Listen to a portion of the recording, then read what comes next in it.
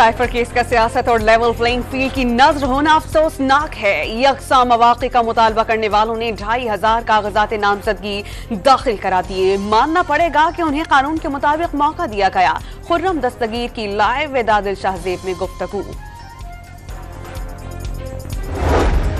8 फरवरी को इंतखाबात के इनेकाद के लिए तैयार हैं। सिंध हुकूमत मुकम्मल तौर पर गैर जानिबदार है। इंतखाबी अमल पर किसी सियासी जमात की शिकायत नहीं मिली। निगरान वज़ीर इत्तलात अहमद शाह की हैदराबाद में आयाज मेले की अख्तामी तकरीब से सहाफ़ियों से गुफ्तगू।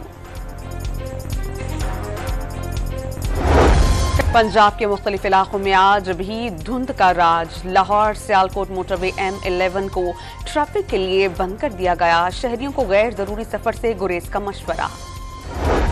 और दमिश्क के करीब इजरायली फौज की फजाई हमले में ईरानी इनकलाबी गार्ड्स का अहम कमांडर रजी मूसफी जाँ बहक। पासदारान इनकलाब ने रजी मूसफी के मारे जाने की तस्दीक कर दी।